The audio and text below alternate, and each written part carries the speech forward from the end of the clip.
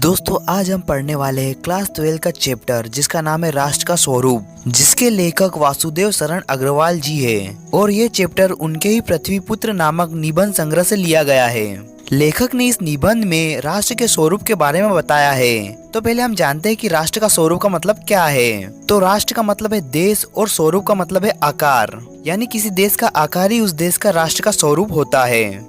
राष्ट्र 3 चीजों से बनता है, भूमि यानी जमीन, उस पर रहने वाले लोग और उनकी संस्कृति यानी रहन सहन, परंपराएं, भाषा आदि। लेखक ने इन्हीं तीनों चीजों को डिटेल से एक्सप्लेन किया है। तो पहले हम बात करते हैं भूमि की। भूमि देवताओं द्वारा बनाई गई है और यह अनंत काल से है। इसकी सुंदरता, संपत्ति और भौतिक रूप को समझना और उसकी रक्षा करना हमारा कर्तव्य है। जब हमारी अपनी भूमि को अच्छी तरह से जानेंगे और संवारेंगे तो हमारी राष्ट्रीय भावना यानी देशभक्ति और भी मजबूत होगी। यह पृथ्वी सभी राष्ट्रों की जननी है। अगर कोई राष्ट्रीयता यानी कि देश की पहचान भूमि से नहीं जुड़ी होती तो वह टिक नहीं पाती।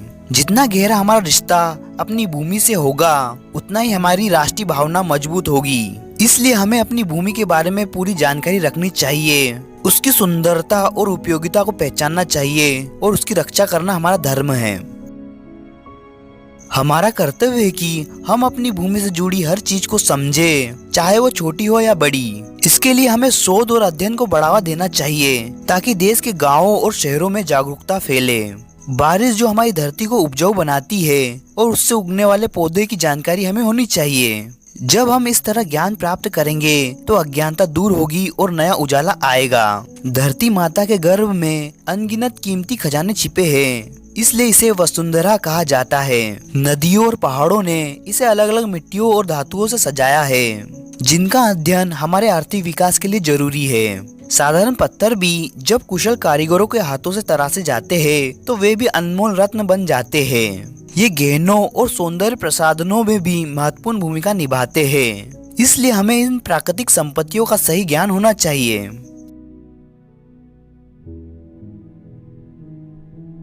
हमारी धरती और आकाश के बीच जो भी प्राकृतिक संसाधन मौजूद है और समुद्र में जो अनगिनत जीव जंतु और बहुमूल्य रत्न छिपे हैं, उनके प्रति लोगों में जागरूकता और नई सोच विकसित होनी चाहिए। खास तौर पर जब तक देश के युवाओं में इन चीजों को जानने और समझने की उत्सुकता नहीं पैदा होती, तब तक हम जागरूक नहीं कहलाएंगे, बल्कि सोए हुए जैसे ही होंगे। हमें मेहनत और नए विचार को मिलाकर देश के विकास का एक नया मार्ग बनाना होगा। इस काम में खुशी, जोश और मेहनत से लगातार आगे बढ़ना जरूरी है। हमारा लक्ष्य होना चाहिए कि देश का कोई भी व्यक्ति इस विकास कार्य में पीछे ना रहे। जब हम सब लोग मिलकर मेहनत करेंगे तभी हमें मातृभूमि समृद्ध और सुंदर बन सकेगी।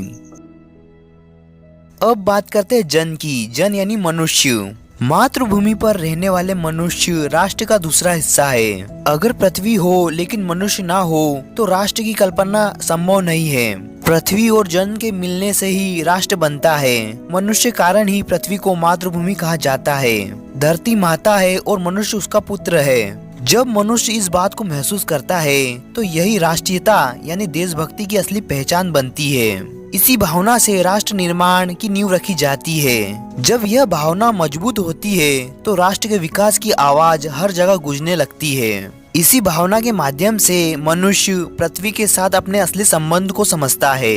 जहाँ यह भाव नहीं होता वहाँ मनुष्य और भूमि का संबंध कमजोर और निर्जीव बन जाता है। लेकिन जिस दिन मनुष्य भूमि को अपनी माँ और खुद को उसका पुत्र मान लेता है, उस दिन वह श्रद्धा और सम्मान से कहता है, माता पृथ्वी को प्रणाम, माता पृथ्वी को प्रणाम।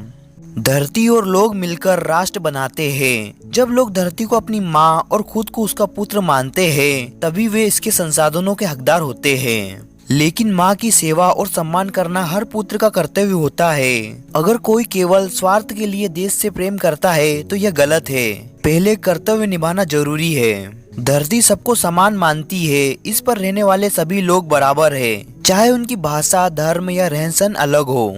वे सभी माँ धरती के पुत्र है, इसलिए आपस में प्रेम और भाईचारा होना चाहिए। देश का हर नागरिक महत्वपूर्ण है। अगर कोई हिस्सा अशिक्षित या कमजोर रहेगा तो पूरा राष्ट्र पिछड़ा जाएगा। इसलिए सभी को समान अवसर मिले और सबका विकास हो तभी देश आगे बढ़ेगा। जनसंख्या प्रवाह कभी नहीं रुकता। हजारों सालों से लोग अपनी भूमि से जुड़े हुए हैं। जब तक सूरज उगता रहेगा तब तक देश के लोग भी जीवित और सक्रिय रहेंगे। इतिहास में कई उतार चढ़ाव आएंगे, लेकिन फिर भी लोग नई ऊर्जा के साथ आगे बढ़ते रहे। जन जीवन एक नदी की तरह है जो लगातार बहती रहती है। इस प्रभाव में मेहनत और कर्म से तरक्की के कई पड़ाव बनाए जाते हैं। हमारा अगला पॉइंट है संस्कृति। राष्ट्र का तीसरा महत्वपूर्ण हिस्सा उसकी संस्कृति है। मनुष्यों ने अपनी सभ्यता को कई युगों से बनाया और संवारा है। संस्कृति के बिना समाज अधूरा है, क्योंकि वही उसके विचारों और पहचान का आधार है। राष्ट्र की उन्नति संस्कृति के विकास से ही संभव है। भूमि, जन और संस्कृति, इन तीनों को बिना राष्ट्र अधूरा हो जाता है। संस्कृति एक फूल की तरह होती है जो समाज को सुंदर और पहचान देती है। संस्कृति का निर्माण ज्ञान और कर्म से होता है। लोग जो सोचते हैं और अपने जीवन में जो करते हैं वही उसकी संस्कृति बनती है। हर समाज की अपनी अलग संस्कृति होती है, लेकिन सभी संस्कृतियों का आधार आपसी मेलजोल और सहिष्णुता होता है। जिस तरह जंगल में अलग अलग पेड़ पौधे साथ बढ़ते हैं और नदियां मिलकर समुद्र बनाती है, वैसे विभिन्न संस्कृतियां मिलकर राष्ट्रीय एकता बनाती है। समन्वय और एकता ही राष्ट्र की शक्ति और खुशी का आधार है। लोग साहित्य, कला, नृत्य, गीत और उत्सवों से अपनी भावनाएं व्यक्त करते हैं। ये अलग दिख सकते हैं, लेकिन इनका आनंद एक ही है।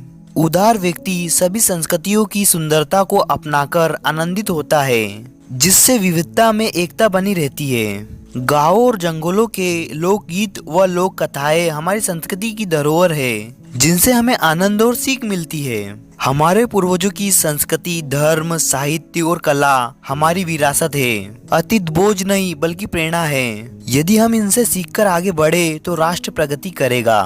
दोस्तों, वीडियो अच्छा लगे तो इस वीडियो को लाइक कीजिए और चैनल को सब्सक्राइब कीजिए। Thank you for watching.